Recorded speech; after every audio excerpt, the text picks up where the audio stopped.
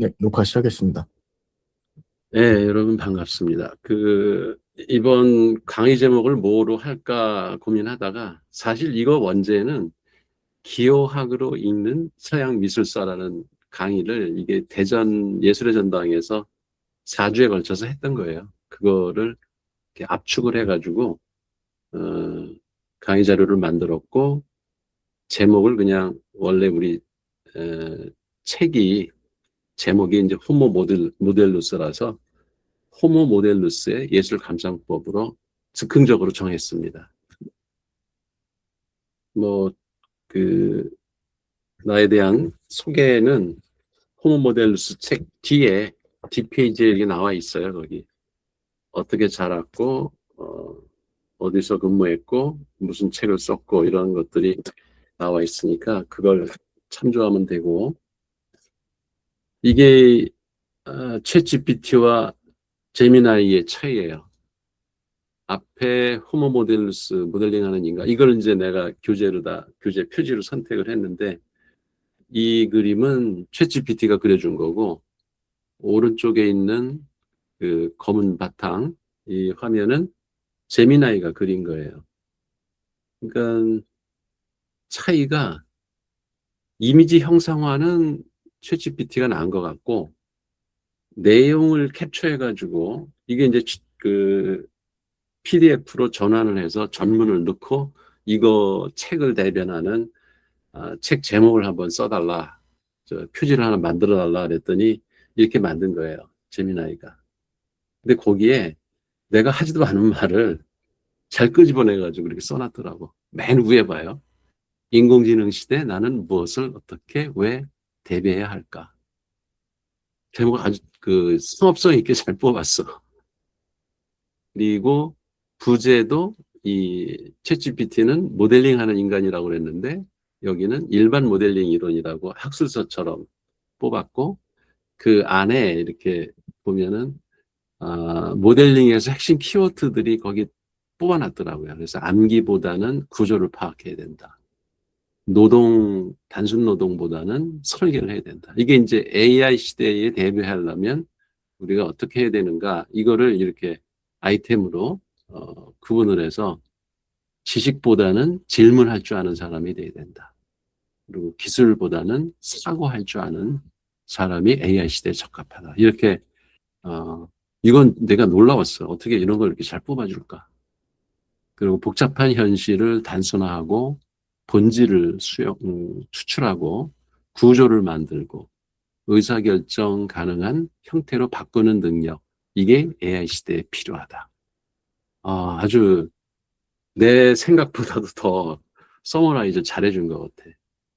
그리고 그 밑에 문장도 마음에 들어요. AI는 답을 잘 내지만 질문은 인간이 만들어야 된다. 명답이죠, 그죠? 그리고 우리가 필요한 건 AI도 알고 전문성을 갖춰야 되고 모델링 능력을 갖춘 사람만이 미래를 주도한다. 이 말이 내가 제일 마음에 드는 말이에요.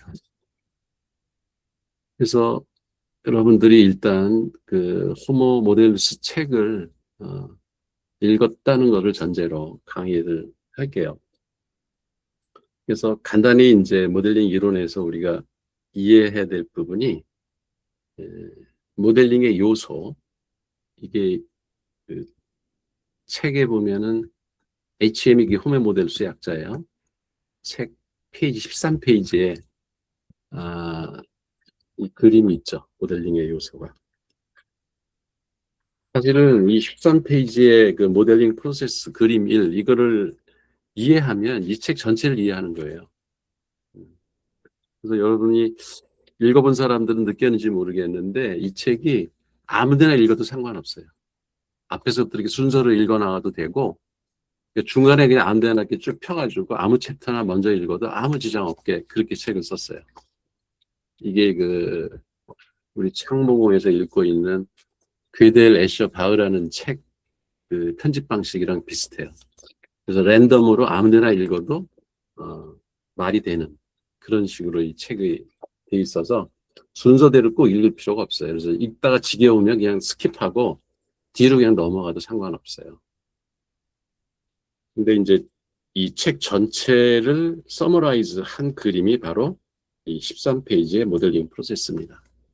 이 그림이 이 책이 3판인데 1판부터 초판부터 상당히 많이 바뀌었어요. 이게 계속 업데이트가 계속 돼서 이게 최종 버전이고 그러니까 이 책을 읽다가 가끔 이 13페이지를 보세요. 그래서 이 책의 어떤 내용이 이 그림에 어디에 해당하는가 이걸 간파로 자꾸 이렇게 대조하면서 책을 읽으면 나중에는 이 그림만 보면은 이 책 내용이 다 머릿속에 떠오르게 그렇게 돼 있는 거예요. 그러니까 이것도 하나의 그래픽 모델인 거죠. 이 그림도. 거기에 보면 이제 모델링을 하려면 우리가 주체가 있어야 되고 모델링 하는 주인공이 주체고 그리고 모델링을 하기 위한 소재를 얻기 위해서 사물을 우리가 관찰해야 되는데 그걸 객체라고 하고 그리고 이제 우리 뇌 안에 형성된 심상을 밖으로 표현하기 위한 매체 이제 뭐 일반적으로 언어 매체라고도 해요. 그 매체라는 게 있고 그리고 이제 이거를 받아볼 최종 모델을 쓸 사람이 있어야 되겠죠. 내가 될 수도 있고 일반적으로 우리가 직업상에서 만드는 모델들은 타인이 객체죠. 다른 사람을 위해서 우리가 모델을 만들어주는 그거죠. 그래서 모델링의 요소가 네 가지가 있다. 주체, 객체, 매체, 고객. 이게 왜 중요하냐면 그림을 그러니까 미술을 감상할 때 여러분들이 곰브리치 책을 서양 미술사 읽어보면 거기에는 차원이 되게 간단해요. 그 서양 미술사가 어떻게 쓰여졌냐면 연대 기순으로 쓰여졌어요. 즉 시간축에 따라서 고대부터 현대까지 미술이 어떻게 변해왔는가 이게 시간축을 따라서 구분을 해놓은 겁니다. 그 책이. 또 하나는 공간이 거기 들어가 있어요. 그래서 뭐 이게 뭐 스웨덴에서 그린 거냐 아니면 룩셈부르크에서 그린 거냐 프랑스냐 이탈리아냐 그래서 지역별로 공간 그 배치를 해놔서 결국 보면은 우리가 세상을 바라보는 관점이라는 게 가장 흔하게 공통적으로 적용하는 기준이 시간과 공간이에요. 이게 우주가 시간과 공간으로 돼 있잖아요. 그러니까 우리도 우주의 일부이기 때문에 어떤 사물을 대할 때는 시간과 공간 축을 기본적으로 보고 세상을 바라보기 시작합니다. 그거의 일환으로 이제 곰브리츠라는 사람이 서양 미술사를 쓴 거예요. 그거는. 근데 여러분들이 이제 뭐 예술 비평이나 뭐 도슨트 저기 큐레이터 그 갤러리 이런 데 가면 그런 사람들이 그림을 설명할 때 이 곰브리치의 서양 미술사 틀을 벗어난 적을 내가 본 적이 없어요.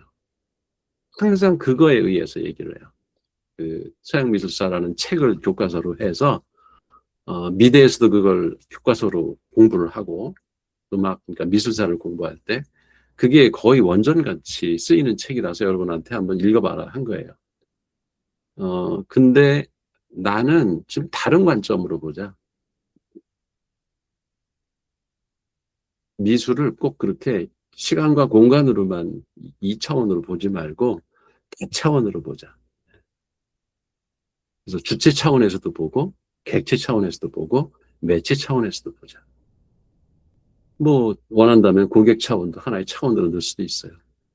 그렇게 하면 시간과 공간하고 저걸 합치면은 5차원이 되겠죠. 그죠? 5차원적으로 그림을 감상하면 훨씬 더 깊이 있게 그림을 이해할 수 있고 아, 그 화가들의 생각을 더 깊이 있게 우리가 이해할 수 있어서 그림이 더 재밌어지는 거죠. 그리고 이제 그림을 그릴 때 그 화가들이 이제 객체 문제죠. 뭘 그리려고 했나? 사실은 미술 사조가 그거에 의해서 구분된 거예요. 그러니까 뭐 르네상스다, 무슨 뭐 고딕이다, 뭐 바로크 미술이다 이런 그 여러 가지 미술 사조들이 나오는 게 그 화가들, 일군의 화가들이 무엇을 그리려고 했나? 그게 객체거든요. 그 대상이. 그거에 따라서 사실은 사조가 그렇게 다양한 것들이 나온 거예요. 근데 그런 얘기는 아, 여러분들 서양 미술사 책을 읽어보면은 간파하기가 힘들어요. 왜냐면 그 사람은 시간과 공간으로 축을 놓고 썼기 때문에. 그거는 독자가 알아서 자기가 추측을 해야 돼. 네.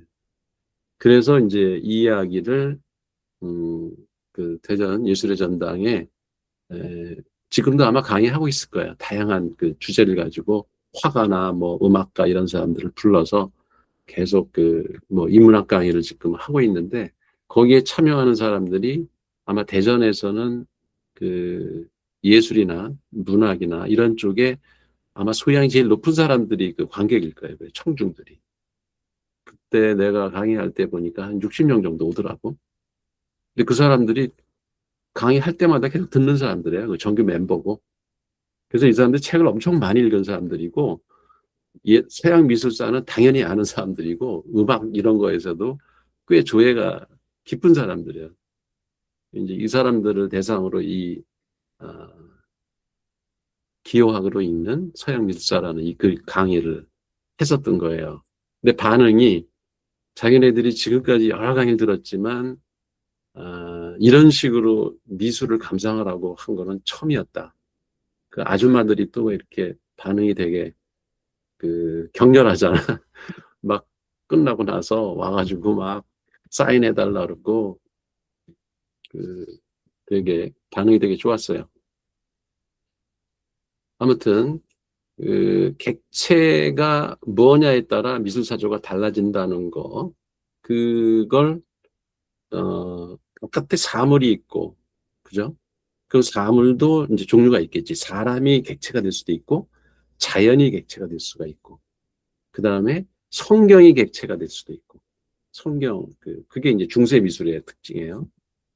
이제 다양한 것들이 객체가 될 수 있는데 이제 우리 뇌 안으로 들어오기 시작해. 근대에 들어오면. 그래서 뇌 안에서도 여기 보면 이제 감성, 지성, 감정, 이성 이렇게 네 가지 영역이 우리 뇌 안에서 일어나는데 그것들이 다 그림의 대상, 객체로 작용을 하기 시작합니다. 그러니까 이건 근대 이후에요. 한 1600년대 이후부터 이런 일이 벌어지지 그 전에는 인지 과정을 그림으로 그리지는 않았어요. 성경을 그리거나 자연을 대상으로 그리거나 사람을 그리거나 그랬지. 그래서 그 과정은 이 책에 보면 두 군데 나와 있는데 23페이지에 보면 인지 과정과 감정이라는 그림이 있고 이게 요약된 그림이고 어, 이건 내가 파워포인트로 그린 거예요. 그리고 39페이지에도 이제 칸트의 인지 프로세스라고 해서 그림이 있는데 여기 이제 보면 맨 앞에 감각, 지각, 생각, 표현 이렇게 구분을 해놨고 이 그림은 재미나이가 그려준 거예요. 잘 그렸어. 그래서 책에다 넣었어요, 이거를. 그래서 인지 프로세스라는 게 이렇게 네 가지로 구분하는 게 원저자는 이제 칸트예요. 이마누엘 칸트가 저렇게 우리 뇌 안에서는 네 가지 그 지각 과정이 있다라고 얘기를 했고요. 그래서 그 두 가지가 이 모델링 이론을 가지고 그림을 감상할 때 핵심적으로 우리가 알아야 되는 그 개념들이고 그 다음에 이 주체는 의도가 있죠. 그죠? 무슨 모델을 만든다고 할 때, 어떤 목적을 가지고 하느냐, 의도가 있어요.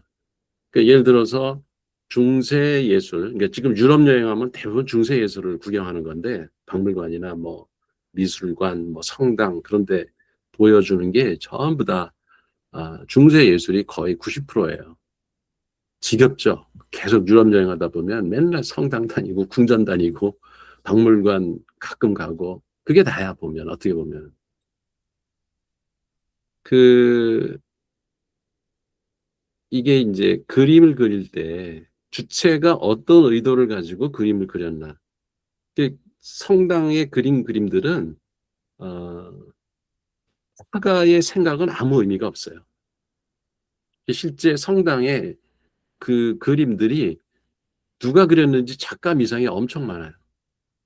1200년대까지 고대 오히려 이집트 미술 그 그리스 미술에는 작가가 있는 게 가끔 나와요. 되게 드물긴 하지만. 근데 이게 서기 한 300년, 그러니까 330년이 기독교가 시작되죠. 그 로마의 이제 국교로 채택되면서. 그때부터 한 1200년대까지는 작자 미상이 무지 많아요. 그 왜 그럴까? 주체가 드러나면 안 되는 거예요. 오히려.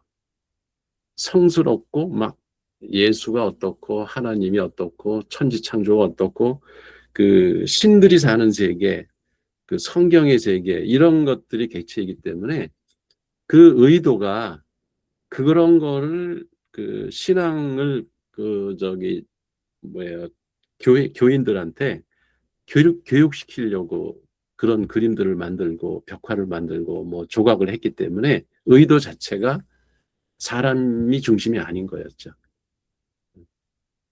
그래서 어쨌든 화가가 그림을 그릴 때는 어떤 의도를 가지고 그래요. 지 혼자 좋아서 그리는 그림도 있죠. 예를 들면 자화상 같은 거. 그거 누구 보라고 그리는 게 아니라 자기 내면에 자기 자신을 한번 표현하고 싶을 때. 그 고호의 자화상이 되게 유명하잖아요. 그런 그림이 어, 누굴 위해서 그린 그림이 아니에요. 자기가 그린 그림인데 나중에 후세 사람들이 자화상이라고 이렇게 전시해가지고 다른 사람들한테 보여줄 뿐이지. 아무튼 우리가 그림을 볼 때는 화가가 그 주체가 어떤 의도로 그렸느냐 이거를 한번 생각해 볼 필요가 있어요. 그래서 우리 미술사 뭐 나머지 마찬가지예요. 음악이나 건축, 무슨 공예, 이 미술 모든 분야, 이 예술 전체 분야에서 그 의도는 이렇게 네 가지 단계를 거치면서 바뀌어 왔다는 거를 알 수 있어요. 이건 그냥 내가 만든 하나의 생각의 틀이에요. 예술사를 바라보는. 처음에는 재현이었다. 영어로 보면 재밌어요. representation. 여러분 프레젠테이션 하잖아. 그죠? 발표할 때 그건 제시야. 그러니까 프리젠트. 프리가 앞이란 뜻이고 젠트가 던진다는 뜻이니까 앞에다 이렇게 내던지는 게 프레젠테이션이에요. 내가 갖고 있는 거를 능동적으로 다른 사람들한테 보여주는 게 제시예요. 프레젠테이션. 근데 레프레젠테이션은 리는 리워드, 백워드잖아. 백이란 뜻이거든. 리가 어게인이란 뜻도 있고. 그래서 어, 거꾸로 수동적으로 사물을 내가 수동적으로 인식을 해서 표현하는 게 레프레젠테이션이에요. 그 미술과 학생들 처음에 1학년 때 하는 게 뭐냐면 그 아그리파 그 동상 저기 석고상을 갖다가 데생을 해요. 연필로다가 그대로. 이게 레프레젠테이션이에요. 있는 그대로 재현하는 거지. 예. 그러니까 예술 가운데 저 재현이 가장 저급한 거예요. 초보자들이 하는 그림이고. 근데 그게 질이 안 좋다 그런 얘기가 아니고 피카소도 보면은 입체파, 막 추상화, 막 이런 걸 그리는 사람인데 그 사람의 그 박물관에 가서 그 보면은 초창기 작품들이 이렇게 있어요. 그거는 사진같이 잘 그려요. 피카소도 어렸을 때는 뭐 운동화나 무슨 게 정물화 이런 걸 되게 많이 그렸거든요. 그런 그림들이 사진 같아. 진짜 잘 그렸어요. 사실 그러니까 그게 재현의 단계에서 그런 그 도제 과정을 거친 거지. 이번에 그 뭉크 박물관에 갔을 때 뭉크도 마찬가지였어. 그 뭉크 그림 뭐 이렇게 뭐 다리 위에서 그 찌그리고 있는 그 그림 기억나잖아요. 그게 이제 뭐 두려움 뭐 그런 걸 그렸다고 하는데 그거 보면은 저건 뭐 나도 그리겠네 그런 생각이 들어요. 근데 사실은 뭉크도 젊었을 때 습작 시절에는 그냥 사진처럼 그렸더라고. 사물을 그대로. 그게 재현이에요. 그 다음에 이제 두 번째 단계가 컨스트럭션. 이걸 구성이라고 그러죠. 건축이라고도 하고 일반 용어로는. 구성이라는 게 내가 주도적으로 뭘 만들어내는 거예요. 개념. 그러니까 아까 왜 그 중세 예술이 그 성경에 있는 그 신의 성스러움 이런 것들을 인간이 만든 거예요. 그게. 예. 그래서 그걸 의도적으로 교인들한테 신의 위대함을 보여주려고 성당 벽화를 그리고 조각을 하고 했던 거죠. 그런 단계가 이제 구성 단계예요. 그러다가 레프레젠테이션, 수동적으로 사물을 바라보고 내가 그대로 재현했던 단계에서 벗어나서 제시 단계로 넘어갑니다. 그게 이제 내가 주체가 되는 거예요. 수동적으로 그린 게 아니라 내가 보는 관점에서 사물을 재해석해가지고 그림을 그리는 게 제시 단계. 이게 이제 르네상스부터 시작을 합니다. 중세 예술은 구성 단계고 원시 예술은 재현 단계고. 그러니까 그리스, 로마 이때도 재현 예술이 대부분을 차지해요. 그러다가 근대 이후 후기 그리고 이제 포스트 모더니즘 현대에 오면은 해체를 해요. 그러니까 컨스트럭션 했던 거를 디컨스트럭션을 해요. 그래서 이런 관점에서 그림을 감상하면 되게 재밌어요. 그리고 딱 그림을 보면 아, 거기 뭐 이렇게 설명도 써놓고 그랬을 거 아니에요. 그 그림을 보면 아 이게 작가의 의도가 뭐였나. 이 네 개 중에 하나예요. 대상, 객체를 그대로 재현하려고 했나. 아니면 자기 인간의 주관적 관점에서 재해석하려고 했나.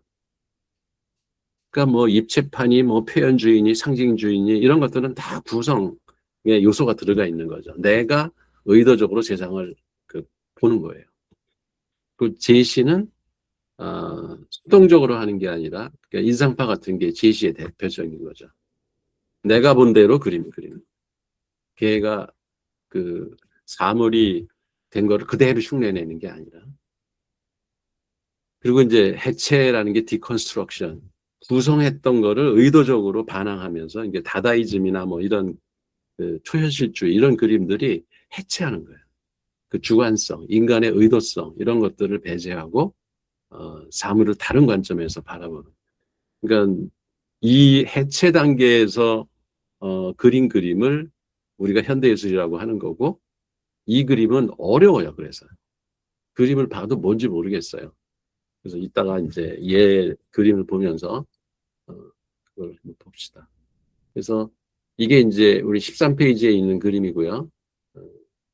그래서 모델링이라는 게 사람이 의도를 가지고 객체를 인식해서 심상을 머릿속에 형성한 다음에 이거를 적절한 언어 매체를 통해서 표현하는 과정이다. 그리고 인지와 감정, 이게 23페이지에 있는 그림이에요. 여긴 오히려 하나가 더 있네, 심상이라는 게. 어쨌든 외부 세계를 우리 뇌에서 입력을 받는 능력을 감성이라고 하고 감정하고는 다릅니다. 그러니까 일상에서는 그 감정을 혼동해서 쓰는데 우리 뇌과학이나 칸트 철학이나 이 모델링 이론에서는 완전히 다른 겁니다. 감성과 감정은. 감성은 이 성자가 붙었죠. 감성, 지성, 이성. 이건 다 능력을 얘기하는 게 ability. 그래서 감성이라는 건 감각할 수 있는 능력을 감성이라고 하는 거고 그 슬프고 기쁘고 이거는 감정이지 감성이 아니에요. 근데 그 가수들 뭐 예능 프로 이런 데서 보면 감성이라는 말을 너무 남발해서 잘못 쓰고 있더라고. 여러분들은 그런데 현혹되지 말고요. 그 감정은 어, 희로 애락 애오고 이거잖아요. 기쁘고 즐겁고 행복하고 뭐 사랑스럽고 무섭고 두렵고 이런 게 감정이고 이거는 우리 뭐랄까 생명의 하나의 기제예요. 이 감정이 없으면 우리는 벌써 죽었을 거예요.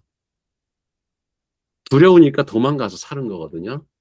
사랑스러우니까 다가가서 아기를 낳고 씨를 종족을 퍼뜨렸고 그게 감정이라는 게 생명의 기제로 진화해온 인간의 특징 중에 하나인 거죠. 근데 감성은 그냥 외부 세계에서 내가 오감을 통해서 정보를 받아들이는 능력을 감성이라고 하는 거고요. 센서빌리티. 그걸 담당하는 게 이제 감각이죠. 그러면 뭐가 생기냐면 감각 인상이 생겨요. 이걸 왜 자세히 설명하냐면 그 화풍에 따라서 사조, 미술 사조에 따라서 어떤 거는 감각 인상을 그리고 그게 대표적인 게 인상파예요. 마네, 모네의 그림이 바로 저 감각 인상을 그리는 겁니다. 그리고 이 지각 단계에서 생긴 이성, 이성을 그린 그림들이 그러니까 지성, 이성 이런 그림을 그린 것들이 성경 이런 것들이 대부분 지성에 관한 거예요. 성경에 관한 지식을 그림으로 그린 게 중세 예술이다 이렇게 생각하면 돼요. 의도성이 들어간 거죠. 교육하려고 그러고 그런 거는 그 아랍이나 이집트 예술에서도 나타나요. 교화를 시키려고 국민들을 가리키려고 그린 그림들이 있어요. 의도적으로. 그런 그림들이 되게 지성을 대상으로 해서 그린 그림들이에요. 그래서 이 우리 뇌의 내부 구조를 이해해야 이 객체를 정확히 더 세분해서 구분할 수 있기 때문에 이 인지 프로세스를 우리가 이해해야 된다. 그리고 여러분들이 마이크 켜놓고 언제든지 내가 하는 말 중에 잘 이해가 안 가거나 저걸 왜 저렇게 얘기하지? 의문이 있으면 얘기하세요. 태클을 그냥 아무 때나 걸어도 상관없습니다. 시간을 줄이려고 내가 계속 말을 급하게 하고 있는데 나도 좀 쉬게 여러분이 질문을 좀 하면서 같이 들었으면 좋겠어요.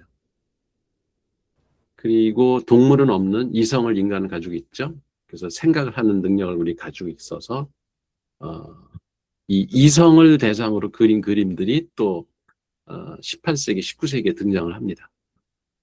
그래서 요 인지 프로세스를 이해하는 게 그림을 감상하는 데도 도움이 되기 때문에 요 부분을 여러분이 호모 모델루스 책에서 좀 자세히 읽어봤으면 좋겠어요. 그래서 그게 23페이지죠. 인지 프로세스가 23페이지고 그걸 더 세분해서 그린 게 39페이지에 있는 칸트의 인지 프로세스. 그 부분은 그림과 함께 거기 주변에 글들을 읽어보면 도움이 될 거예요. 여기까지 뭐 질문이나 보완 설명이 필요한 거 있으면 얘기하세요. 네, 교수님 질문 하나 들어도 네, 괜찮겠습니까? 네. 그 전 페이지 혹시 슬라이드 잠깐 그 지금 감각이랑 지각이 지금 이미지상에 보이는데 그 감각으로부터 감각 인상이 이제 도출되고 감각 인상으로부터 다시 지각으로 이어지는 그림인데 감각 그러니까 지각은 그런 감각의 하위 속성인가요? 아니면은 무조건 이제 감각 이후에 감각 인상이 있은 후에야 지각이 생기는 건가요? 하위는 아니고 오히려 그 상이죠. 사실은 이게 우리 천개의 뇌라는 책에 보면은 우리 뇌 세포들이 작용, 그러니까 의식까지 올라가는 단계가 한 6단계로 구분해서 거기서 설명을 해요. 그러면 이제 감각의 제일 바닥, 사물에 접해 있는 그 부분이고, 그러면 이제 그냥 사진 찍히듯이 여긴 언어가 필요 없어요. 이 감각 인상이 형성되는 단계에서는 우리가 한국말, 뭐 영어, 뭐 이런 거 아무 상관없어요. 그냥 찍히는 거예요. 동물도 이 감각 인상은 머리에 이미지가 맺혀요. 그거에 반응해서 뭐 적을 공격을 하거나 아니면 먹이로 다가가거나 이러는 거예요. 그때 이제 지각이 약간 일어나죠. 근데 이제 지각 단계에 이르면 이때는 언어가 필요해요, 인간은. 동물은 이제 언어가 있는지 모르지. 우리가 확인할 수가 없으니까. 근데 인간은 이 지각 단계에서는 개념이나 정보를 형성하기 위해서 반드시 언어가 개입이 돼요. 그래서 어찌 보면은 지능의 우리 뇌의 능력 가운데 2층이나 3층 이렇게 단계에 올라와 있는 게 지각이에요. 그 상위 능력인 거죠. 그러니까 여기에는 어느 정도 메타 개념이 들어가고, 음.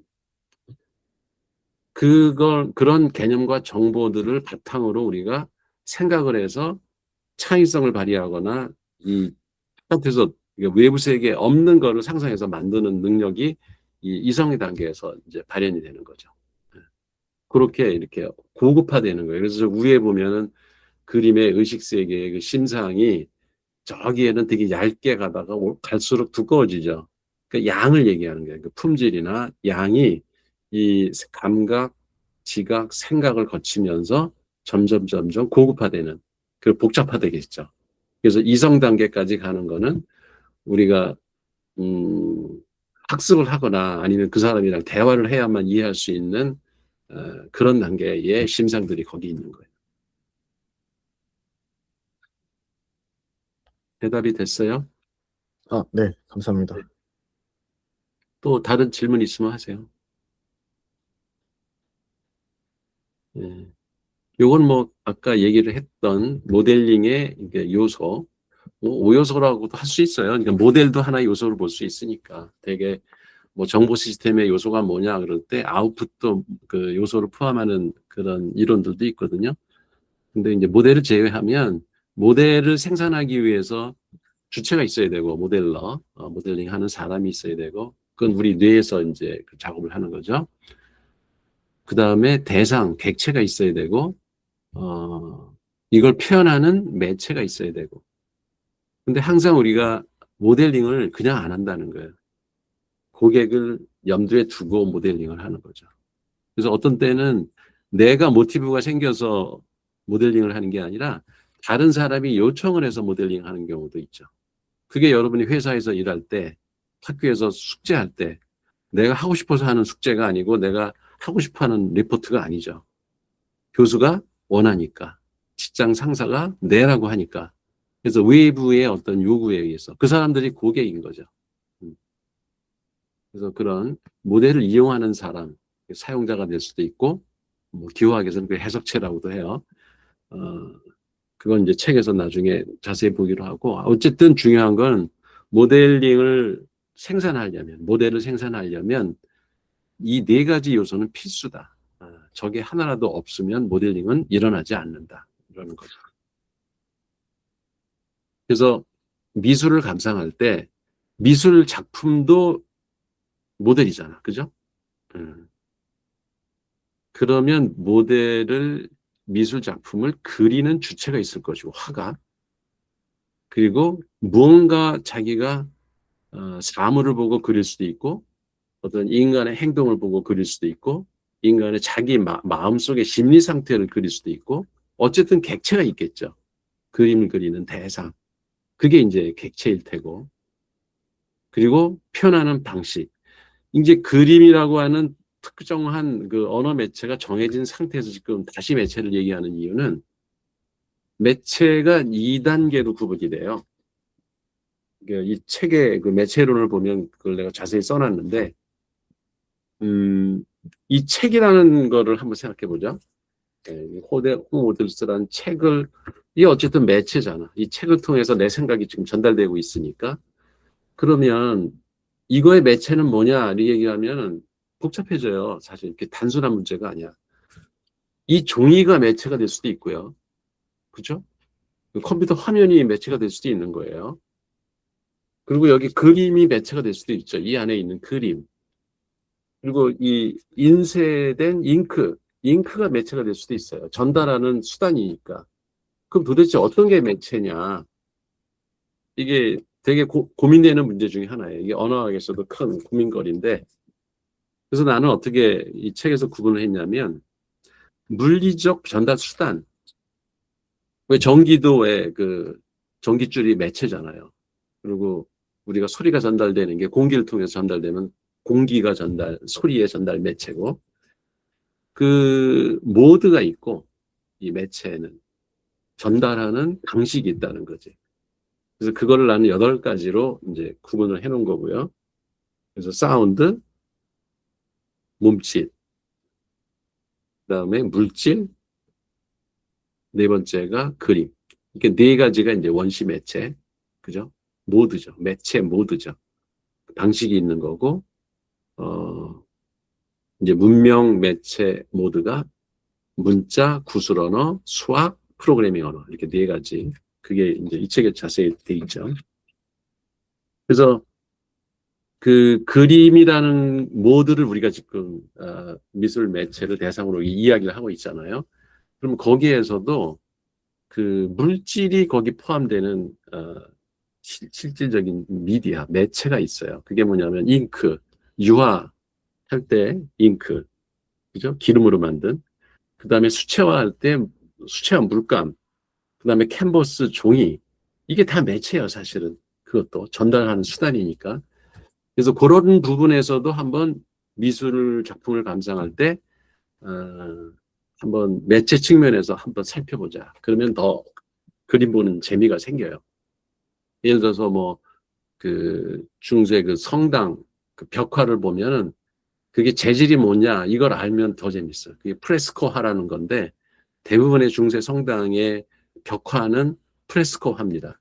그러니까 그 당시에는 지금처럼 이렇게 시멘트나 뭐 이런 물질이 없을 때예요. 그래서 회벽은 이게 자연에 존재하는 그 물질이라서 회가 하얗잖아. 근데 거기다 칼날 입히는 거 쉽죠. 그래서 회벽을 바르는 거예요. 그 벽에다가. 그리고 거기다가 칼라를 입혀. 그 칼라는 뭐 지금처럼 화학 제품이 아니라 뭐 동물의 피를 쓴다든지, 그 자연에서 이렇게 꽃을 뭐 짓이겨가지고 물감을 얻는다든지 그런 걸 가지고 거기다가 회벽에다가 바르면 그게 오래 보존이 되고 지금까지도 남아 있어서 우리가 감상할 수 있을 정도로 견고하죠. 그런 그림의 재료들, 음, 이런 게 뭐가 있을까? 이게 이제 매체 관점이거든요. 그런 식으로 그림을 감상하면 어, 그림을 더 재밌게 볼 수가 있어요. 그래서 주체, 객체, 매체 순으로 한번 그림을 살펴보자. 그리고 이게 이제 곰브리지의 서양 미술사라는 책인데 이거는 꼭 읽어보세요. 이 책도. 이거는 되게 비싸더라고. 4만 뭐 7천 원 이거 얼마라고 나와 있던데 교보문 거에. 음, 그 옛날 책들도 있어요. 오래된 거 아무 상관없어요. 그 아무 책이나 읽어도 되니까 그냥 가격 보고 싼 거 사서 읽으면 돼요. 이거는 어떤 교양인의 필독서라고 할 수 있어요. 이거 책을 안 읽고 예술을 얘기하는 거는 사기예요. 그러니까 이 책을 꼭 보세요. 나는 이걸 한 4번인가 본 것 같아요. 자, 그럼 주체 관점에서 그림을 한번 구분해 보자는 거예요. 그러니까 원시 시대, 이집트, 고대 예술, 그리고 그리스, 로마 이때 보면은 그 주체가 없어요. 어, 그리스 로마 시대에는 가끔 나타나요. 근데 아주 드물어요. 대부분은 주체가 없어요. 왜 그러냐면 이때는 주체가 고용된 사람들이에요. 노동자지 예술가가 아니에요. 그냥 왕궁에다가 이집트 뭐 그 묘에다가 그림 그려라 그러면은 그림 그리는 도공을 고용을 해서 자기네들이 다 이미지 만들어주고 이거 그려. 그러면 그리는 거예요. 그걸로 깎아. 그러면 깎고.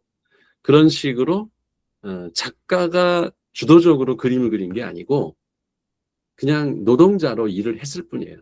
예. 그래서 작가 미상이 많습니다. 이때는. 주로 화공이나 무명 화공이죠. 그리고 이 본명이 그림에 정식으로 나타나는 게 1200년대에 나타나요. 이런 거 재밌지 않아요?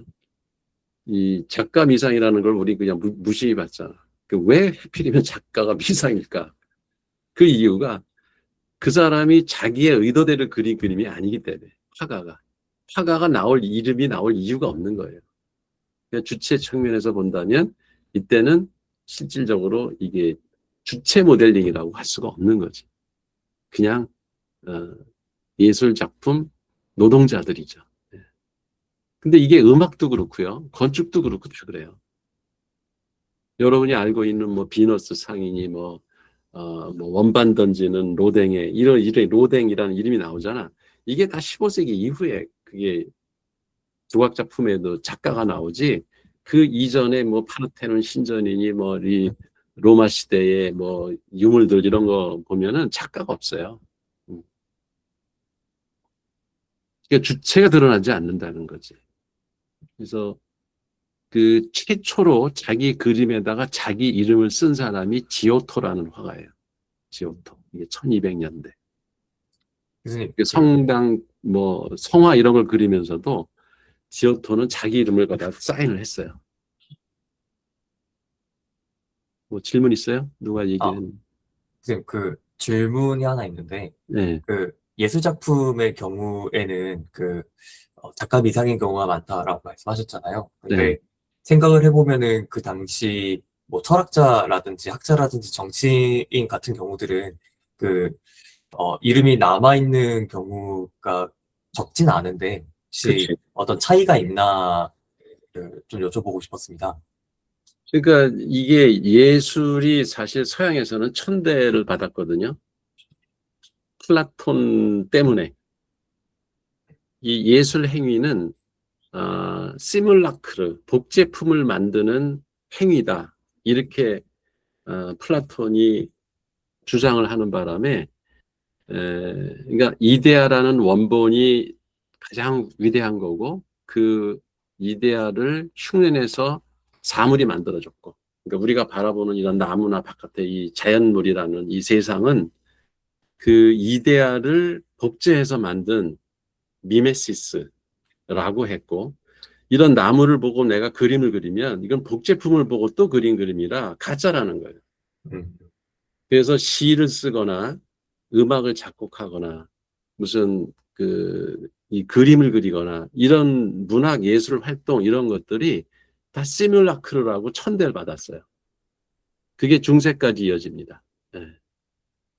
그렇기 때문에 그때까지 그런 작품들은 근데 이제 이거 이성의 세계를 갖고 노는 철학자들의 이름, 수학자들 이런 거는 어, 우대를 받았죠. 그 사람들은 지도자라고 그랬으니까. 그리고 건축가 설계한 사람은 이름이 있어요. 왜냐면 건축을 설계하는 거는 지적 활동이라고 생각을 했기 때문에 그런 영향 때문에 이게 원시 시대, 이집트, 그리스 로마 시대 이런 때는 작자 미상이 많다는 거예요. 예술 활동을 천시하는 그 서양의 전통 때문에 그렇게 된 거예요. 우리 동양에는 있어요. 이름이 다 있어요. 우리 철학이 다른 거지. 그리고 이제 중세 고딕 이후에는 이름이 본명이 다 드러나. 지금은 화가가 당연히 다 이름을 밝히면서 어, 예술 활동을 하죠, 그죠? 그래서 이런 관점에서 이렇게 그 유럽 여행을 하면 재밌어요. 거기 아, 작자가 명확히 이름이 써 있으면 그거는 1200년대 이후 작품이다. 금방 음, 알 수 있어요. 네, 감사합니다. 네. 그 객체 뭘 대상으로 그림을 그렸나? 그래서 객체가 될 수 있는 것들이 일단 사물이 있고 인간이 있죠. 그죠? 인간의 정신세계. 그러면 사물을 대상으로 객체로 해서 그린 그림들이 뭐 뻔하잖아. 이게 고대 동굴 벽화라든가 그리스 로마의 그 벽화 도자기에 있는 그림들 이런 것들이 실제 사물 물고기나 뭐 이렇게 뭐 사람도 사물이죠. 사람 그미 하는 행동 뭐 기타를 치는 모습이라든가 뭐 이렇게 말 타고 뛰어가는 모습이라든가 이런 이렇게 외형적인 사물을 대상으로 그림을 그린 것들이 대부분이에요. 이게 비잔틴 로마네스크 그 중세 예술까지 계속됩니다. 그리고 여기 보면은 그리스 때부터 상상화가 등장을 하죠. 이게 이제 이성의 영역이잖아요, 그죠? 네, 상상화가 등장을 해요. 그게 뭐 제우스 신, 무슨 비너스 신 이런 신을 그리기 시작한 게 이게 상상화예요. 그리고 중세는 상상화가 거의 다죠. 없는 거를 그려요. 성경에 있는 말을 근거로 천지창조라는 그림을 그리고 뭐 이런 일들이 벌어져요. 그 성화 이런 것들이 대부분 성경에 있는 언어를 근거로 상상해서 그림을 그린 거예요. 그렇기 때문에 여기에는 예수도 미화되죠. 실제 예수는 그렇게 잘생긴 인물이 아니었다고 하더라고. 근데 아주 멋있는 수염난 멋진 서양 남자로 백인 남자로 그것도 묘사가 되는 게 상상해서 그랬기 때문에 그런 결과가 나온 거예요. 그리고 성모 마리아 뭐 요셉 성경에 등장하는 인물들은 다 인물들이 잘생겼어요. 여자들은 이쁘고. 그게 다 상상해서 그렸기 때문에 그게 가능한 거예요. 그러다가 르네상스 시대에 들어와서 인간의 이성을 그림으로 그리기 시작하고 그러니까 1600년대, 이게 17세기라고 그러죠. 1600년대, 1700년대 이때는 바로크, 로코코 미술이 등장을 하는데 이 사람들 때부터 본격적으로 이제 감정을 그리기 시작합니다. 인간의 감정을 주 객체로 대상으로 그리기 시작해요. 물론 이때도 사물을 그리긴 하죠. 그 자연 풍경을 그린다든가 정물화를 그린다든가 하는 일들이 벌어지지만 그러니까 바로크, 로코코 예술의 특징을 여러분이 검색을 해보면 감정을 주로 그리려고 했다. 그러니까 사람을 그릴 땐 사람이 사물이잖아.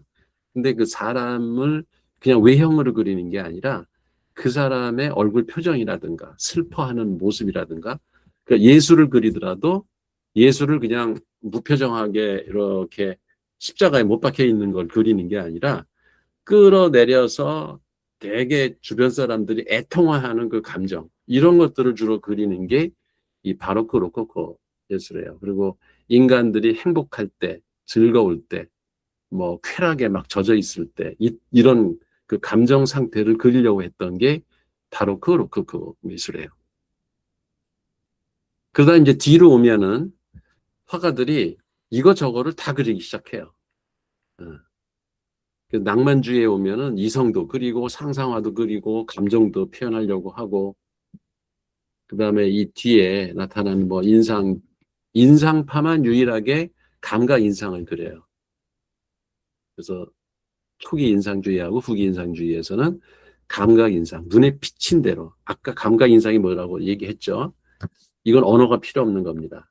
언어가 들어간다는 얘기는 인간의 주관이 개입되는 건데 인간의 주관을 배제하고 그냥 사물의 눈에 비친 대로 그림 그리자라는 게 모네의 그 수련 연작이 대표적인 거예요.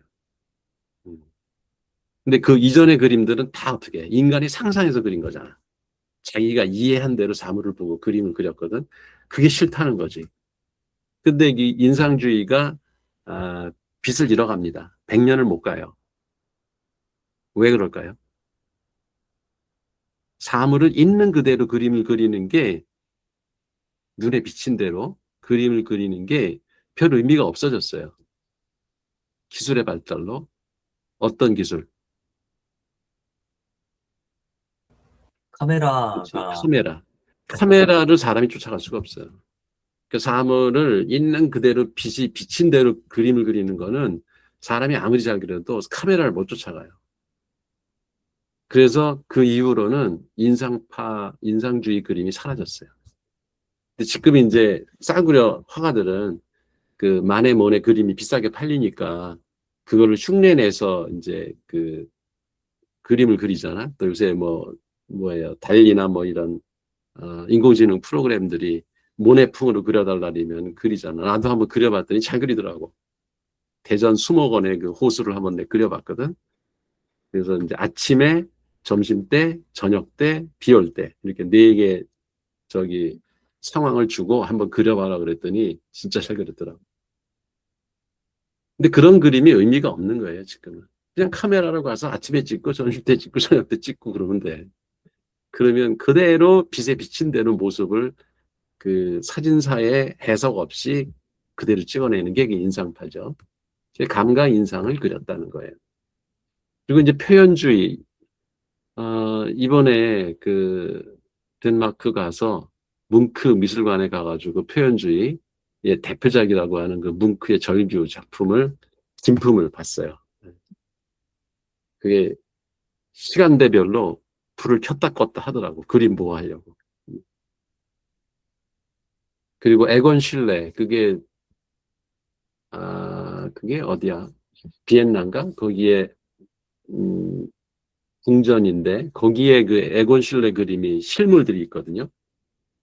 그것도 내가 한 4년 전에,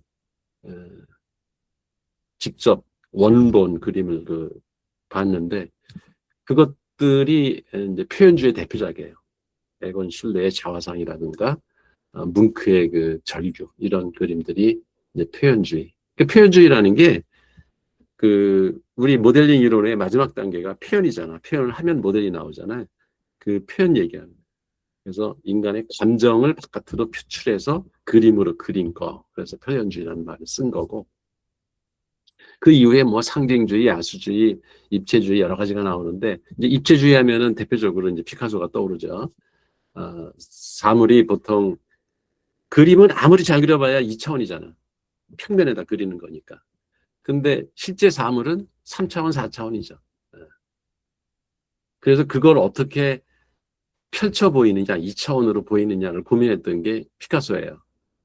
그래서 사람을 앞에서 정면에서 본 것도 그리고 측면도 같이 화면에다 같이 다 그려버리는 거예요. 그러니까 일반 사람들이 보면은 괴물처럼 그려놓는 거죠.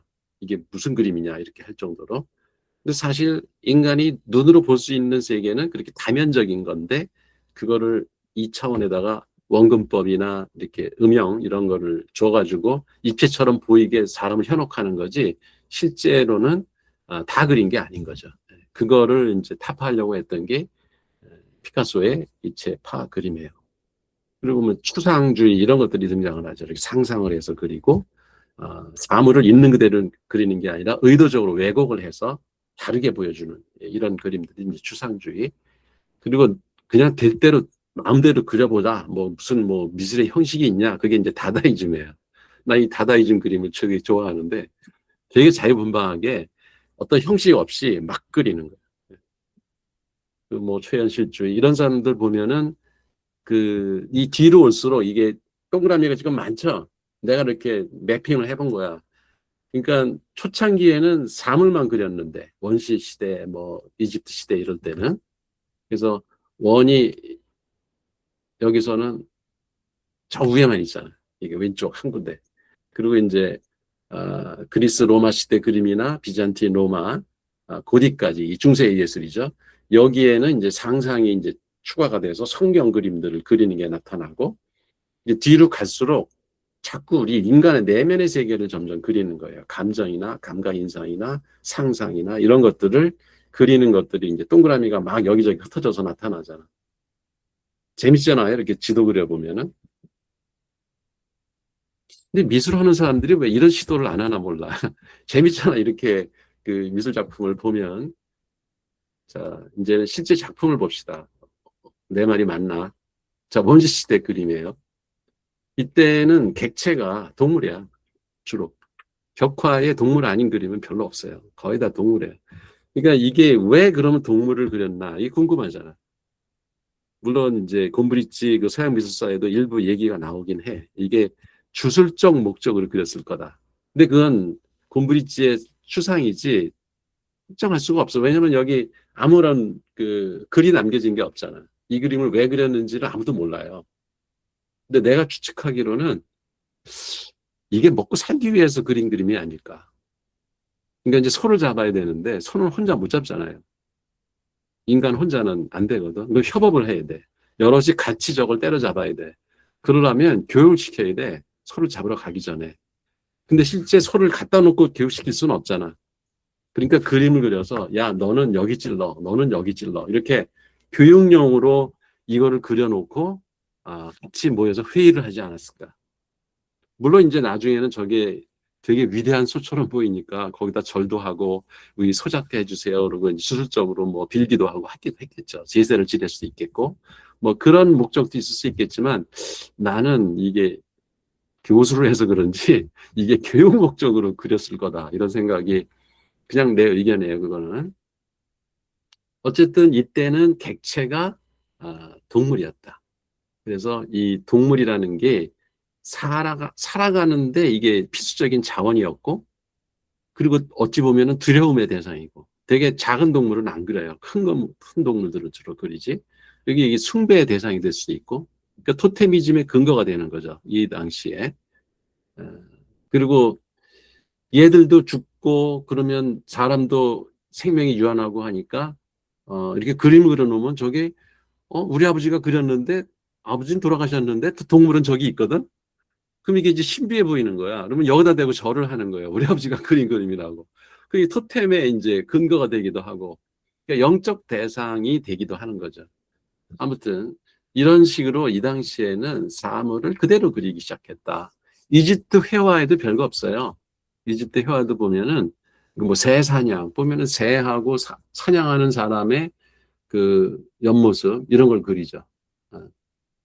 있는 사물 그대로 저 밑에 물고기 잡고 싶은 건 여기다 다 그려놓은 거야. 음. 이것도 하나의 생존 수단으로 사물을 그렇게 보는 거죠, 객체를. 여기 뭐 투탕카멘과 안케세나멘 여기 이 그림도 보면은 그냥 사람들끼리 얘기하고 뭐 위에서 이렇게 빛이 비추고 그런 있는 그대로를 대상으로. 근데 이제 이 이집트 회화의 특징은 왕 권한이 이제 왕권 국가가 확립이 되잖아요. 아까 이제 알타미라나 라스코 동굴 벽화는 구석기 시대 그림이라서 그때는 국가라는 게 형성이 안 됐거든. 국가가 언제 형성되는지 알아요? 무슨 시대에 국가가 형성이 됐을까? 국가라는 게. 그때는 뭐 그 전에는 부족사회나 이렇게 공동체 아니면 동굴에 그냥 살면서 뭐 가족들이나 단위로 살고 이랬는데 국가라는 그 체제가 나타난 시기, 그거의 초창기 모델이 이집트거든. 그러면 국가가 탄생하기에는 이 도구가 필요해요. 그래서 청동기 시대에도 국가가 없었대요. 구석기, 그 신석기 시대, 그 청동기 시대에는 국가라는 게 구체적으로 큰 적이 없어요. 어디에도. 근데 철기 시대부터 국가가 나타나요. 그래서 그 고고 학자들의 그 해석에 따르면 이 철기 시대가 등장하면서 이 장판사모 같은 대형 검이 등장을 하는 거예요. 이걸로 한 번에 10명씩 죽일 수가 있어. 그러니까 대량 학살 무기가 등장하면 권력이 생기는 거예요. 왜냐면 이 당시의 왕들은 다 쌈꾼이었거든. 쌈 잘하는 사람이 왕이 되니까 추장이 되고 그 철기 시대가 되면서부터 다량 사상이 그러니까 학살이 가능해지면서 국가라는 체제가 그 조직이 커지는 거죠. 그런 것도 재밌어요. 그래서 그런 국가의 권위라든가 왕의 권위 이런 것들을 백성들한테 인식시키려고 이런 그림들을 그리는 거예요. 이집트 보면은 되게 왕의 권위를 되게 그 강조해서 그 피라미드 동굴 벽화라든가 이런 것들이 등장을 해요. 그리고 왕에서 그러니까 궁전에 사는 사람들은 옷도 멋있고 생기기도 잘생겼고 그 이 떡대도 좋고 그렇게 묘사가 돼요. 그러다가 근데 또 죽거든. 아무리 훌륭한 왕도 그러니까 이제 신을 생각하기 시작해. 그래서 그 그리스 로마 신화가 등장을 하는 거예요. 인간의 힘을 초월한 어떤 존재를 그리면서 신들을 생각하는 거지. 근데 그 신이라는 게 뭐 동물을 닮았거나 대부분은 인간을 닮은 신이 우수해요. 동물을 닮은 신은 저급하고 인간 닮은 신 밑에서 일하는 그 부하 신들이 동물을 닮은 애들이 있고 인간이 그래서 왕을 닮아야 돼. 그러니까 왕을 신거나 하는 거죠. 이게 이제 이집트부터 시작을 해가지고 그리스 로마 신화까지 이어집니다. 그래서 이 당시에 이제 그림을 보면 이때는 이 화구가 발달을 안 해서 저렇게 도자기에다가 그린 그림들이 남아 있어요. 그러니까 고대 그림도 동굴 벽화에나 있지 종이나 이런 캔버스 이런 데 그림이 없는 이유가 재질이 없었던 거예요. 기껏해야 이제 그 이집트 시대의 그 파피루스, 그저 갈대 같은 거잖아요. 그 파피루스가. 거기에다가 그린 그림들이 아주 썩은 상태로 남아있는 것들이 가끔 발견이 되긴 해요. 근데 이게 원형 보존이 잘 안 돼서 그림이라고 할 수가 없어요. 그래서 이런 도자기나 돌에다가 새겨놓은 그 사기 이런 데다가 그려놓은 그림들은 남아있어서 이제 그 당시에 회화풍을 볼 수가 있는 거죠. 이때 이제 그 객체가 인간을 대상으로 하거나 그러니까 이게 자연에서 사람으로 넘어옵니다. 그리스 회화는. 그래서 주로 사람들이 이렇게 등장을 해요. 물론 이제 어쩌다 물고기 이런 것도 등장을 하는데 대부분은 사람이 그 객체가 됩니다. 이거는 그 로마 시대에 부잣집 베티라는 사람의 부잣집 이 건물이 그대로 남아 있대요. 난 여기는 안 가봤는데 이게 이제 폼페이 유적의 일부로 이렇게 보관이 되고 있다고 하는데 여기 보면은 이 벽화에 이런 그림이 있어요. 익시온의 형벌이라고 하는 이 그림이. 그러니까 그 이거는 일종의 교훈을 주기 위해서 너희들 잘못하면 얻어맞아. 형벌을 받아. 이런 거를 표현하기 위해서. 그러니까 의도가 분명한 거죠. 왕들의 권위를 건드린 사람은 가만 안 둬. 이런 의미로 그림을 그리는 거예요. 그래서 태형 장면, 얻어맞는 장면 이런 것도 있고 뱀한테 막 물리게 하는 장면 이런 것도 등장을 하고 그리고 이제 어쩌다 그 저희들이 먹던 고급 물고기들 그림을 갖다가 파타일에다가 새겨놓고 그러니까 다 이게 신권 왕권 중심의 그 객체가 등장을 합니다. 그러다가 이제 로마 제국이 형성되면서 이게 이제 동로마 제국의 예술을 갖다 비잔틴 예술이라고 하죠. 지금으로 따지면 터키, 투르키의 그 거기 그 동로마 제국이 거기 형성이 되면서 콘스탄티노플을 수도로 정하고 어, 왕정일치 시대를 만들죠. 제정일치. 그러니까 사제이자 왕인 그런 그 황제이면서 어, 신부인 그런 왕이 등장을 하는 거죠. 이게 그때 그림들을 보면 이제 그 인간이 좀 섞여 있죠. 여기에는 아직 신이 등장을 안 했습니다. 그래서 유스티니아누스 그 황제의 그 대관식 장면을 이렇게 벽화를 그려놓았고 소피아 성당에도 보면 이제 드디어 예수가 등장을 합니다. 왜냐면 여기가 신중심 세계관을 그 기치로 해서 국가를 동로마 제국을 만든 거기 때문에 이제 종교적 상징, 성경이 이제 본격적으로 객체로 등장을 하는 거예요. 그래서 이제 로마네스크, 이게 로마네스크란 말은 로마를 닮은 이런 뜻이죠. 그래서 왜냐하면 로마라는 나라가 지금 1453년인가요? 그때까지 유지가 되잖아. 그래서 그 기독교를 국교로 받아들이긴 했지만은 자기네들의 조상들의 그 권위, 왕의 권위, 자기네들이 왕족이라는 거 이런 걸 강조하려고 이 뭐예요 성경을 대상으로 한 그림조차도 거기다가 이렇게 어떻게 보면 왕의 모습처럼 다 그리는 거예요. 그러니까 예수를 왕이라고 하는 것도 이게 어찌 보면 왜곡된 거예요, 사실은. 구세주가 꼭 왕이 될 필요가 없잖아. 네. 그래서 이때 주요 객체가 예수 그리스도, 최후의 심판이나 뭐 성모 마리아 이게 다 성경에 나오는 말들이죠. 이게 객체가 됩니다.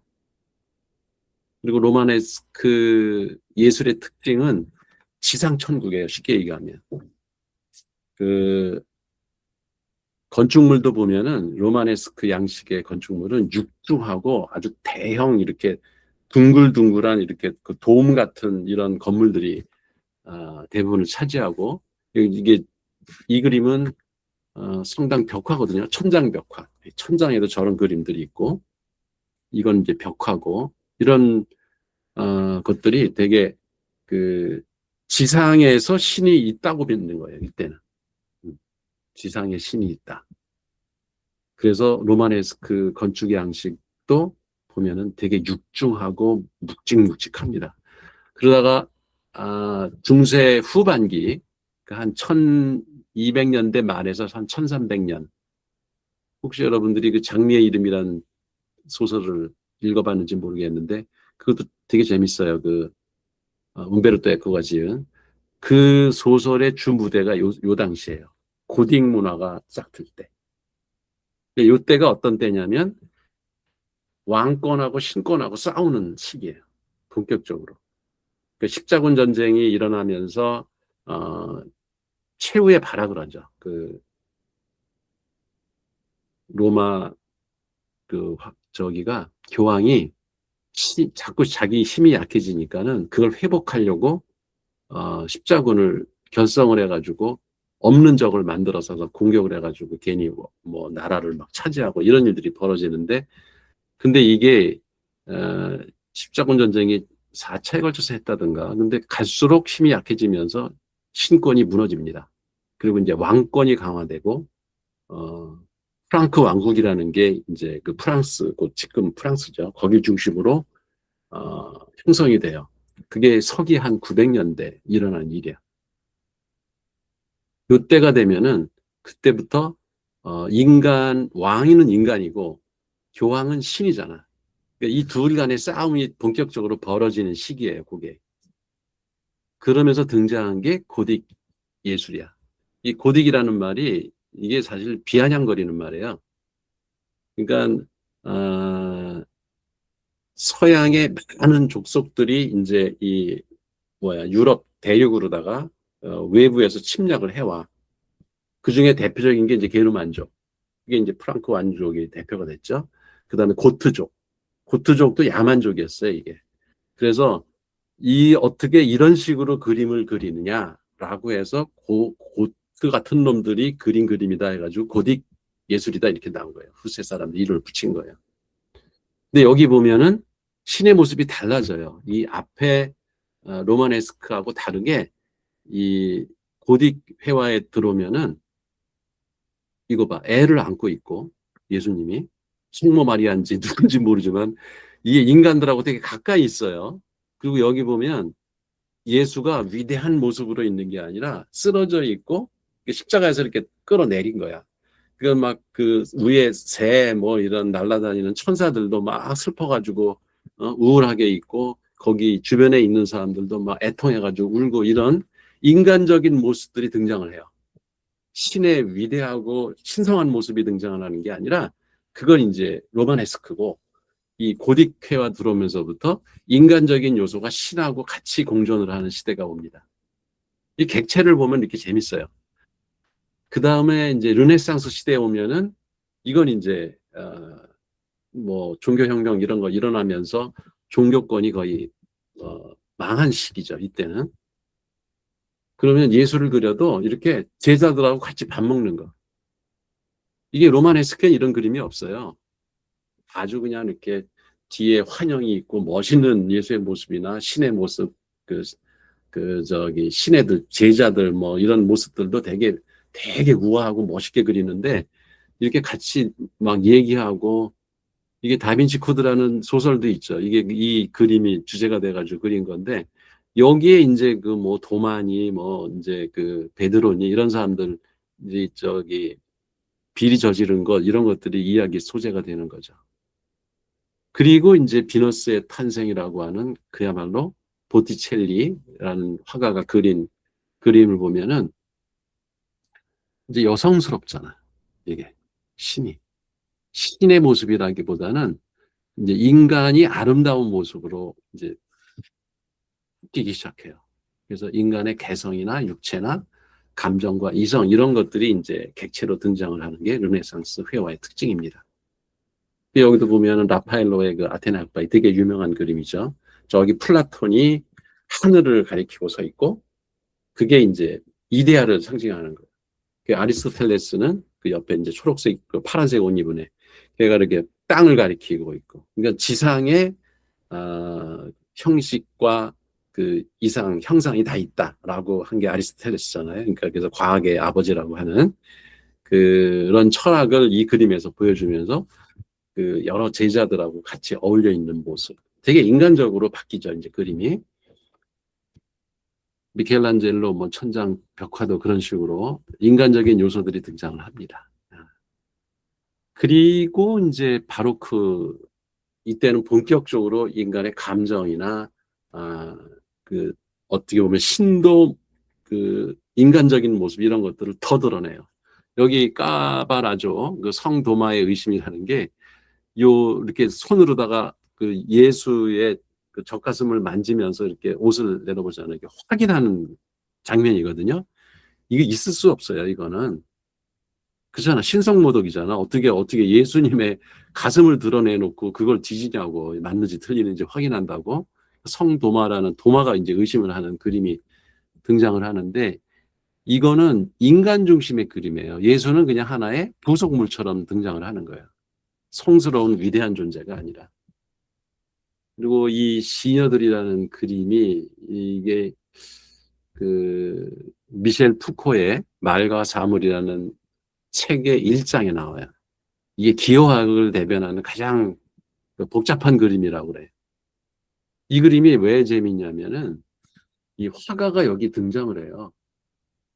벨라스케스 이 사람이 화가예요. 이거는 있을 수 없어요, 사실은. 그렇잖아요. 아까는 이름도 못 썼는데 자기가 자기 그림에다가 주체를 집어넣어 버렸어. 그리고 사실 이 그림의 대상은 뭐였을까 했을 때 얼핏 보면은 여기 공주가 있고 개가 있고 그 시녀들이 이렇게 있잖아요. 이거인 것 같지만 사실은 이 그림의 대상은 저 그림 거울 속에 있는 왕비와 왕이에요. 이게 근데 거울에 이렇게 들어가요. 그게 무슨 얘기냐면 이 그림에는 중심이 없어요. 그잖아. 공주가 어떻게 중심이 될 수가 있냐고. 왕과 왕비가 있는데. 그러니까 왕과 왕비는 오히려 뒤에 숨어 있고 공주를 앞에 내세워서 헷갈리게 만드는 거예요. 무슨 얘기냐면 주체와 객체의 위치가 흔들리는 시대예요. 이게 철학적으로 볼 때. 그러니까 그 이전에는 주체와 객체가 명백히 구분이 돼 있었잖아. 예. 근데 여기서부터는 주체와 객체의 경계가 모호해지고 그 다음에 이 그림을 그리는 주체조차도 그림 속으로 들어가 버리는. 그래서 여러분이 이 책 읽어보면 이제 나중에 그 삼위일체론이라는 게 여기 나오는데 그 얘기의 시발점이에요. 이게. 그러니까 주체와 객체 매체를 우리가 구분해서 이야기를 하지만 설명의 편의상 사실은 이 세 가지는 하나처럼 그 융화될 때 사실 우리가 모델의 가장 고품질을 기대할 수 있다. 여러분이 뭐,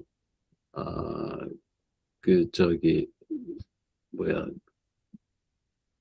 호전몽인가? 그런 거 들어봤죠? 호전몽. 나비가 난지, 내가 나비인지 구분이 안 된다. 장자에 나오는 얘기죠. 그런 관점. 그러니까 나비가 객체고 내가 주체잖아. 근데 그게 헷갈리는 단계가 오면은 이게 도사가 되는 거예요. 이게 메타 수준으로 올라가는. 그런 거를 철학적으로 그린 게 이게 이제 벨라스케스의 시녀들의 그림이다라는 설명을 한 게 이 말과 사물, 그 미셸 푸코의 1장에 나오는 이야기예요. 그래서 이렇게 객체가 이렇게 다양해지고 있다라고 하는 거. 그리고 그냥 술주정뱅이들이 밤에 나와서 노는 거야. 이 렘브란트 그림 보면. 이런 게 이제 객체로 등장을 해요. 그리고 예수 끌어내리면서 막 그 사람들이 이렇게 애달패하고 막 슬퍼하는 이런 거, 이런 그림들. 되게 난잡하잖아, 보면은 그림이. 그죠? 그 옷도 막 나체로 보여주고. 이런 그림들이 객체로 등장을 하는 게 바로크 예술. 로코코는 이거는 그 귀족 예술이에요. 로코코 예술은. 여기 보면은 로코코 그림들은 보면은 옷도 엄청 화려하고 되게 화면이 밝고 이 프라나고르 독서하는 소녀 이거는 내가 독서 운동할 때 많이 썼던 그림인데 되게 우아하게 책 읽는 모습을 보면은 책을 읽으면 고급스러워 보이잖아. 그러면 책 안 읽는 사람이 위축감이 생기죠. 그래서 일부러 이 그림을 딱 보여주면은 내가 책을 읽으면 저렇게 이쁘게 보이나 보다. 아름답게 보이나 보다. 이런 용어로 이 그림을 많이 써요. 어쨌든 이때 로코코 그림들은 궁중 생활. 근데 이게 객체가 이렇게 바뀐 거의 역사에는 어떤 이면이 있냐면 이때가 되면은 궁전 벽화 이런 것들이 유행을 해요. 즉 성당 벽화나 성화 이런 것들은 이제 사라지는 거야. 즉 신의 세계 중세 세계는 1453년에 그 오스만 투르크에 의해서 동로마 제국이 멸망하면서 그 신성 국가들은 이제 뒤로 물러나는 거예요. 그리고 인간들이 권력과 재물을 다 이제 독차지하는 그런 왕권 시대가 돼. 그 후에 이제 산업 시대가 되면서 이제 노동자들이 앞장서고 일반 민중들 그 프랑스 혁명에서 일반인들이 이제 주인이 되는 이런 민주주의가 등장을 하고 하는 게 그 후에 전개되는 거죠. 그거에 따라서 사실 객체가 계속 변하는 거예요. 그러니까 요 시대 로코코 이게 18세기 이게 1700년대죠. 요때는 왕권이 강화돼서 왕국들이 설치던 때야. 프랑크 왕국 무슨 왜 프랑크 왕국이 갈라져가지고 형제들이 하나씩 차지한 게 이탈리아, 프랑스, 독일 이렇게 갈라졌잖아요. 그때부터 다 왕국들로 이렇게 번성을 하기 시작한다고. 그러니까 화가들도 이 객체를 잘 구분해야지 돈을 벌어요. 그 전에는 성당만 그림만 그리다가 이제 성당이 멸망했잖아. 그럼 거기에 돈이 안 돼. 그러니까는 귀족들한테 들러붙어가지고 그 사람들 초상화 그려주고 이렇게 그네 띄는 것도 가서 그려주고 그러면서 이제 돈을 버는 거예요. 화가들도 먹고 살아야 되니까. 그 로코코 그림이 화가들의 이면에는 그런 역사적 배경이 있는 거죠. 어쨌든 우리가 중요하게 볼 거는 이때 객체가 신 중심에서 이렇게 귀족 중심으로 바뀌었다고 하는 거. 이걸 이해하면 이해가 쉽죠. 그 다음에 등장하는 게 이제 낭만주의라는 이게 낭만이란 말이 한자죠. 이게 어원이 어디에 있죠? 낭만의 어원. 낭만이 로만을 일본 애들이 한자로 번역할 때 낭만이라고 써놓고 로만이라고 읽었어요. 낭만주의라는 게 로마를 얘기하는 거예요. 우리가 낭만적이다. 그 얘기는 로마스럽다는 얘기예요. 왜냐하면 서양에서 가장 존중받는 국가가 로마예요. 지금도. 그잖아. 그 서양 유럽 예술을 구경을 여행을 해보면은 거의 다 성당 없으면은 사실 구경할 게 없어요. 유럽은. 내가 이번에 북부 유럽을 갔다 왔는데 거기도 다 마찬가지야. 스웨덴, 핀란드, 노르웨이 어디 할 것 없이 도시에는 성당이 주요 관광지고 그 리투아니아, 라트비아, 그 에스토니아 거기도 다 마찬가지야. 하여튼 지겨울 정도로 이 성당 구경을 많이 다녀. 그만큼 기독교가 그 차지하는 비중이 엄청나고요. 근데 그 기독교가 그렇게 된 게 로마에서 국교를 받아들였기 때문에 가능했던 거죠. 그래서 왕권을 상징하고 권력을 상징하고 부를 상징하고 그러다 보니까는 사람들이 뭔가 이상적인 이상향을 그릴 때는 그 로마를 생각하는 게 머릿속에. 그게 로망이야. 내 로망이 뭐다 이렇게 얘기하는 게 로마스러운 거를 꿈꾸는 거예요. 어쨌든 낭만주의라는 게 로마 시대를 그리워하는 거예요. 그러니까 로마 시대에는 어땠느냐? 예술 작품이 뭔가 인간이 완벽한 팔등신 인간, 그 앞 양쪽의 균형이 딱 잡힌 그리고 이렇게 피라미드 같이 구도가 딱 잡힌 이런 것들을 숭상하던 시기예요. 로마 시대의 그 예술 작품들이 그런 걸로 다시 돌아가고 싶은 그 화가들이 그린 게 이제 낭만주의 회화. 그러면서 이미 인간이라는 게 들어왔잖아. 그 로마 시대에는 주로 신과 왕 중심이었는데 이게 르네상스를 계기로 해서 인간이 본격적으로 등장을 해요. 거기에 철학적 배경은 데카르트의 나는 생각한다고로 존재한다. 인간의 이성이 이제 그 중시되는 시대로 바뀌었기 때문에 신 중심의 그림이 아니라 이제는 인간 중심의 그림을 그리면서 균형과 조화 이런 거를 이제 추구했던 게 이제 낭만주의 예술이죠. 그 대표적인 작가가 이제 고야. 근데 이 고야 작품도 이걸 스페인에 가서 봤거든요. 스페인 그 어딘가 마드리드인가 거기 그 박물관에 이게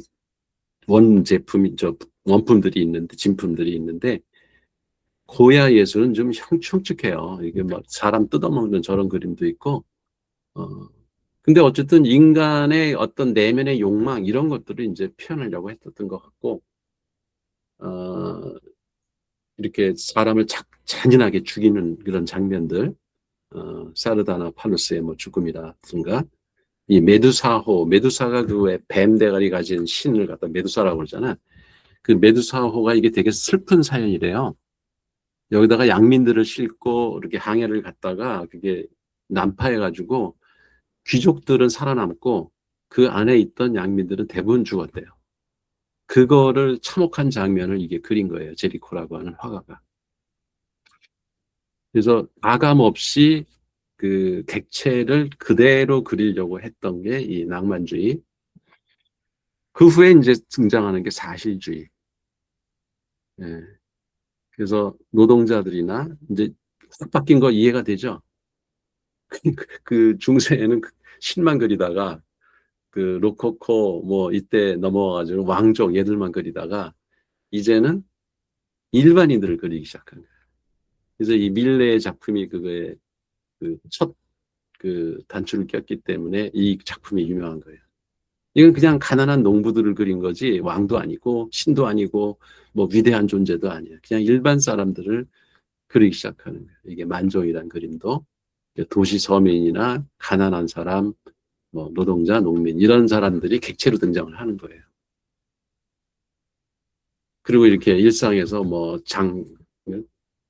이렇게 돌 깨는 장면, 그 다음에 그 주말에 이렇게 들에서 노는 그 일반 그림 장면 이런 것들 그런 게 이제 사실주의로 등장을 하고 근데 요때 이게 사실주의 이런 것들도 사실은 어떻게 돼요? 이게 사람의 의도가 다 들어간 거죠.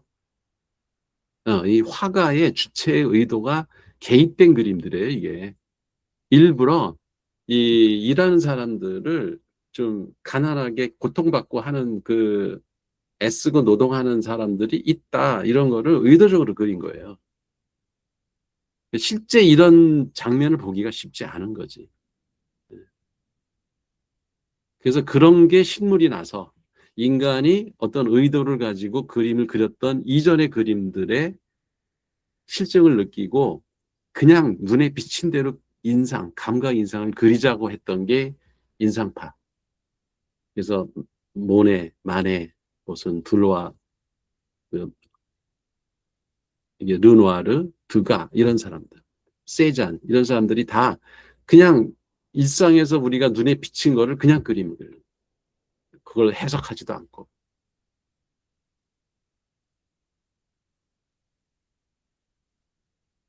그리고 자연주의에 넘어오면은 이제 다시 그 복고풍이죠. 자연하고 사람을 같이 어울려서 그림을 그리기 시작해요. 그러니까 초창기 고대 그림이 자연을 대상으로 했다면 신 중심으로 갔다가 인간 중심으로 넘어갔잖아요. 그러니까 다시 사람하고 자연하고 어울리면서 일어나는 일들을 그리려고 했던 게 이제 자연주의예요. 그래서 인간을 자연과 환경 속의 노인 존재로 보고 객체로 해서 그림을 그린 것들. 요건 일부러 내가 쉬는 장면들을 그린 거거든요. 일하다가 자연에서. 그러니까 이게 산업시대가 아직 안 시작됐기 때문에 일터가 농촌이야. 자연환경 속에서 일하다 힘드니까 쉬는 장면들을 그렸는데 밀레의 낮잠이라든가 여기 르파주의 휴식 중인 농부, 건초 만들기 이런 그림들이 어, 자연 환경에서 일하는 사람들의 모습을 담아내려고 했던 이게 풍조가 한때 자연주의로 이제 유행을 했던 거죠. 그러다가 이제 표현주의가 등장해요. 이제는 본격적으로 인간 내면으로 파고듭니다. 감정을 처음 그리기 시작한 거예요. 본격적으로. 그거의 대표작이 이제 뭉크의 절규. 어. 운 좋게 나는 이 원 그림을 이거 다 봤어요. 이거는 이번에 덴마크 가서 뭉크 예술 미술관에서 봤고, 요거는 벨베데레 궁전에서 에건 실레 작품을 봤고, 요 샤가는 스페인에서 봤고. 그러니까 얘들 표현주의는 이 실물하고 달라요. 실제 모습이 아니에요. 그죠? 이렇게 생긴 사람이 어디 있겠어. 근데 이 어떤 남자의 고통이라든가 그 고민거리 이런 거를 감정으로 표현하려고 했던 그림들이라서, 그리고 이 뭉크 절규 이렇게 생긴 사람이 어디가 있어요? 없죠. 근데 이걸 보면은 이 사람 되게 두려워하고 있구나. 그냥 한눈에 알 수 있잖아. 그러니까 이 두려운 감정을 최초로 그린 사람이 뭉크 미술사에서. 그렇기 때문에 유명한 거죠. 지금 이런 그림 그리면 아무도 인정 안 하죠. 이 샤갈은 여자, 그러니까 부인이죠. 이거는 그 꽃다발을 생일날 받아가지고 행복한 모습이고, 남편은 그 위에, 이게 이럴 수가 없잖아요. 인간이 어떻게 누워서 머리만 비틀어가지고 키스를 하는, 이게 장면이 말도 안 되는 장면이죠. 근데 이러고 싶은 거야. 이게 그 인간의 감정이 이런 거를 그림으로 이제 표현하려고 했던 시기가 이제 표현주의에서 나타나기 시작한 거죠. 그리고 이제 입체파는 이제 대표적인 게 피카소, 브라크 이런 사람들인데, 여기 브라크 그림 보면은 기타를 든 남자. 이게 처음에 보면은 무슨 이게 뭐지? 이런 생각이 들죠. 잘 보면은 사람의 형상과 기타의 형상을 여러 측면에서 본 거를 한꺼번에 이차원 측면에다가 투사해서 그린 그림이에요.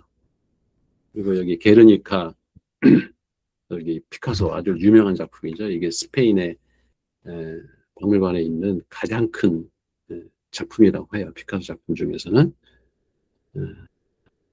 그래서 이게 입체파 이때 오면은 설명이 필요해요. 그러니까 이전에는 이런 그림들은 추측을 할 수 있어요. 그림 보면.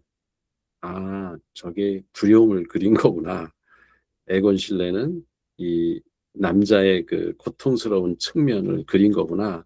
이거는 남녀 간의 사랑을, 부부의 그 애정 이런 거를 그렸구나. 이렇게 상상할 수가 있는데, 여기 오면은 뭘 그렸지? 이렇게 해서 누군가가 설명을 해줘야 되는 그림으로 바뀌기 시작해요. 이때부터는. 그러니까 이 조르주 브라크의 기타를 든 남자도 설명을 들으니까 그런가 보다 그러지, 그냥 처음 볼 때는 이게 뭐야 이런 생각이 든다고. 어쨌든 이 실물은 3차원 입체인데 화폭은 2차원 평면에다가 이걸 표현하려니 어, 여기저기서 다른 측면에서 본 그림들을 2차원에다 같이 펼쳐놓다 보니까 저런 그림이 나오는 거예요. 이 게르니카는 프랑스, 그러니까 저 스페인 내전을 그 비극적인 장면들을 이렇게 묘사한 거죠. 그래서 이렇게 그 객체가 계속 바뀌어 왔다는 거야. 이게 그 미술 사조에 따라서. 이 잭슨 폴록은, 이 사람은 이제 틀을 깨려고 했어요. 그 현대 예술이 아까 왜 그 미술 사조를 보는 방식이 네 가지로 보라 그랬잖아. 레프레젠테이션, 그 다음에 컨스트럭션, 프레젠테이션, 디컨스트럭션. 이게 이제 디컨스트럭션 단계 대표적이에요. 그래서 잭슨 폴록이 그래서 유명한 거예요. 그림은 캔버스에다가 유화를 그리거나 무슨 뭐 파스텔을 그리거나 뭐 수채화를 그리거나 이렇게 고정된 관념이 있잖아. 그걸 깨고 싶은 거예요. 그리고 어떤 구상, 뭐 구도를 맞추고 원근법을 쓰고 이것도 다 파괴하고 그냥 막 그 몸으로 그리듯이 막 초행위 예술을 하듯이 이렇게 그림을 그리는. 그 그림 같지가 않은 거죠. 어떻게 보면.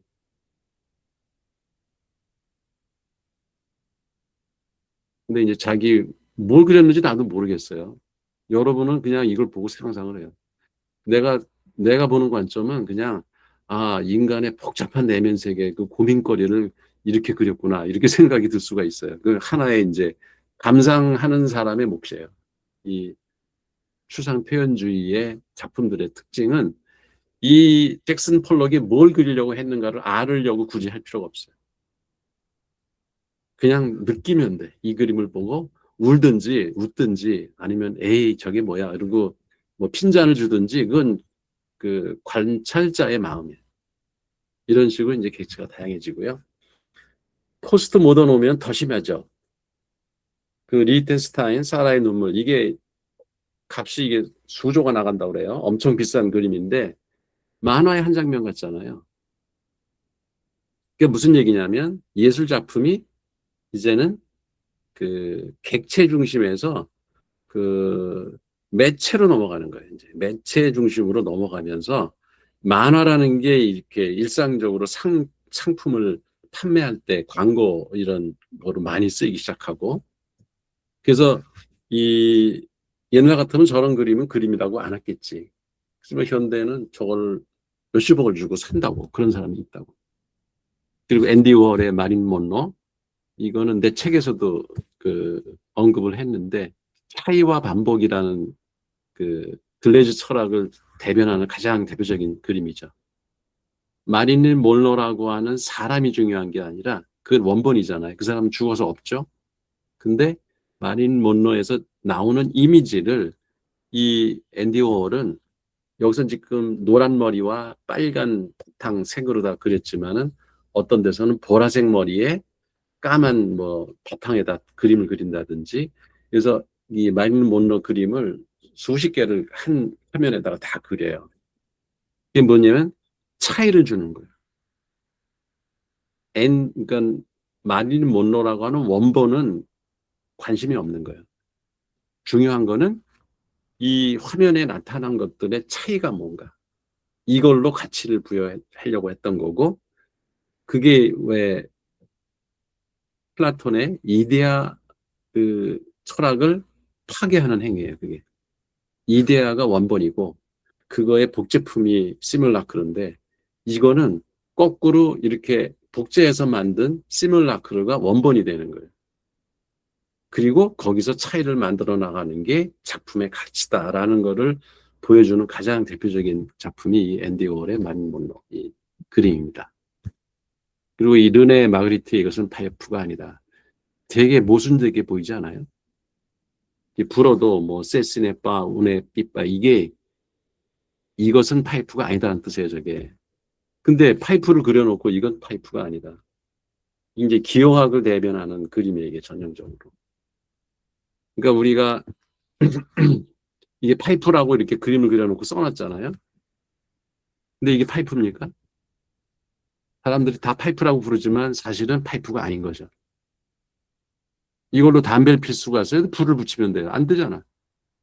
연기도 안 나잖아. 여기 니코틴도 없고. 그러니까 실제 파이프가 아닌 거죠. 그래서 이건 실제가 아니라는 거예요. 기호에 불과하다. 이거를 소재로 해서 그린 그림이에요. 요새 그림이 이런 식으로. 그리고 이제 이 그림에 또 우리가 그 특징 중에 하나가 글씨를 쓴다는 거예요. 그러니까 여러분이 모델링 이론을 공부했으면 알겠지만 그래픽 그 파이프를 그린 거는 그래픽 모드잖아. 그죠? 밑에 거는 문자 모드고 이 두 개를 결합해서 그림을 그리기 시작합니다. 그래서 이 사라의 눈물 이후에 나오는 또 이런 그 만화 같은 그림들 보면은 심지어 진짜 만화처럼 거기다 글씨도 집어넣어요. 이 대화 이런 거를 만화의 한 컷처럼 그런 게 수조에 팔리고 그래요. 그런 작품들이. 자, 그래서 우리가 그 화가들이 주체가 어떤 대상을 그러니까 사물들을 대상으로 해서 그림을 그렸느냐에 따라서 이게 사조가 변해왔다는 거는 이제 그림을 보면 이제 알 수 있고 세 번째 이 매체 매체가 이거 그림 그리니까 그림이라는 모드는 정해진 겁니다. 예, 그 안에서 이제 매체라면 물질 그 표현 수단들이 그 변함에 따라서 이게 또 그림들이 다양하게 변해왔다. 그래서 이거를 이건 이제 대전 예술의 전당에서 강의했던 자료인데 이걸 너무 좀 그때는 시간이 부족해가지고 다 조사를 못했어. 다시 조사한 게 이거예요. 그래서 로마 르네상스 시대에는 프레스코 화가 일반적으로 벽화의 재료로 쓰기 시작했고요. 그 다음에 비잔틴 고딕 시대, 이게 중세 예술이죠. 이때는 템페라라는 그 다리라 노린자하고 안료를 섞어서 회벽에다 바르면은 이건 지금까지도 썩지 않고 이게 아마 방부제 역할을 하나 봐요. 그래서 그런 그 회화들이 등장을 하고, 르네상스 이후에 유화가 등장을 합니다. 그러니까 화학 이런 물질들을 공장에서 생산할 때부터 유화가 생기는 거예요. 유화라는 게 옛날부터 있었던 게 아니에요. 그러니까 기껏 해봐야 아마 1400년대 후반 이때 이제 유화가 등장을 합니다. 그리고 이제 수채화라는 것이 아까 그 왜 이집트 그림 중에 파피루스에다가 이렇게 물감으로 그때 뭐 동물의 피나 아니면은 이렇게 과일이나 나무 이런 걸 찢어가지고 거기서 나온 즙으로다가 칼라를 입혔겠죠. 그런 게 흔적은 있는데 이게 작품으로 완성될 만큼 보존이 잘 돼 있는 게 없어요. 다 썩었겠죠. 수채화는 보존이 안 되니까. 그러니까 유화가 제일 오래 보존되는 이유가 이게 기름이고 그러니까는 썩질 않아요. 그래서 캔버스도 헝겊으로 하니까는 튼튼하고 그래서 유화들이 가장 많이 남아 있는 거고. 그러니까 물론 그 이전에는 벽화가 이렇게 프레스코화나 아니면은 그 템페라 방식으로 만든 그런 그 벽화가 남아 있죠. 근데 그 이후에 이렇게 돌아다니는 작품으로서는 유화가 제일 오래된 거예요. 그 다음에 한 18세기 정도 돼서 수채화가 등장을 합니다. 이때부터는 종이도 좋아지고 그걸 보관하는 기술이 발달을 해서 그 당시에 그렸던 수채화 이런 것들이 지금까지도 이게 남아 있어요. 그래서 그리고 이제 여러분들 어렸을 때 해봤던 이제 파스텔화 그리고 판화 이게 이제 프린트가 가능한 그림들이 등장을 하죠. 아까 그 뭉크의 그림들도 판화예요. 그게. 그리고 아크릴화 이런 것도 등장을 하고 꼴라주 방식, 실크 스크린 그리고 최근에는 생성형 AI 회화까지 등장을 이제 해서 아이패드하고 컴퓨터에다가 그림을 그리는 시대가 지금 된 거죠. 그래서 이렇게 매체도 계속 변화하면서 그 미술 사조에 영향을 미쳤다. 이거는 이제 재료들이 유리 세공 기술이 등장하면서 이 스테인드 글라스가 중세 그 고딕 특히 양식 성당에 등장을 하죠. 스테인드 글라스. 이 스테인드 글라스의 대가가 우리나라 사람이에요. 전 세계 가장 유명한 사람이 김인중 화백이라는 분인데 그분이 대전 사람이에요. 여기 한남대학교 건축학과 김옥준 교수님의 형님이야. 대전에 가끔 오세요. 이 세계적인 인물이야. 스테인드 글라스 프랑스에서 활동을 하는데 이거 보면 그분이 생각이 나. 그리고 카이스트 총장도 했어요. 그 양반이. 최초의 목판화라는 게 1400년대 등장을 해요. 그러니까 이 이전에는 주로 돌이나 그 회벽 이런 걸 이용을 했지 나무에다가 사실은 했을 수 있을 것 같아. 그죠? 나무가 이렇게 파기 쉬우니까 있을 텐데 다 썩어서 없어진 것 같아. 그래서 목판화라는 것이 1470년대에 등장을 하고 이때 그 비슷하게 우리나라에서는 저기 헬만 대장경 있는 거 목판으로 찍는 게 등장을 하죠. 1300년대 뭐 1400년대 이때 그 시기하고 비슷해요. 그래서 목판화라는 것이 1470년에 처음 등장을 합니다. 그리고 뭐 다양한 그 기법들, 원근법, 소묘법 이게 중세 그 르네상스 미술에서 등장을 하고 왜냐면 2차원에다가 입체를 표현하려니까 원근법이 필요하고 그 소묘법 이런 거로다가 미세한 거를 그 표현하는 기법들이 등장을 하는 거죠. 그리고 원근법 거기 창문이 뒤에 있는 것처럼 보이잖아요. 이게 그냥 평면인데도 그리고 앞에 거를 강조하기 위해서 뒤 화면을 시커멓게 칠한다든가 이런 명암대조법 이런 기법들이 등장을 합니다. 그리고 이제 구도도 이제 삼각구도 균형 잡힌 그 구도 이런 게 등장하고 세라나 이제 모네 작품에서는 점묘법 점을 찍어서 그림을 그리는 거예요. 이때는 좀 바빴다고 그래요. 그림 그리는 게. 그래서 시간을 절약하기 위해서 이렇게 붓질을 하는 것보다는 그냥 점으로다가 많이 찍어가지고 그림을 빨리 완성하는 그런 기법들이 이 점묘법으로 등장을 해서 이 당시에는 유행을 했다고 그래요. 이게 다 매체들을 가지고 어떤 그림의 변화를 줬던 한 예들인 거죠. 그래서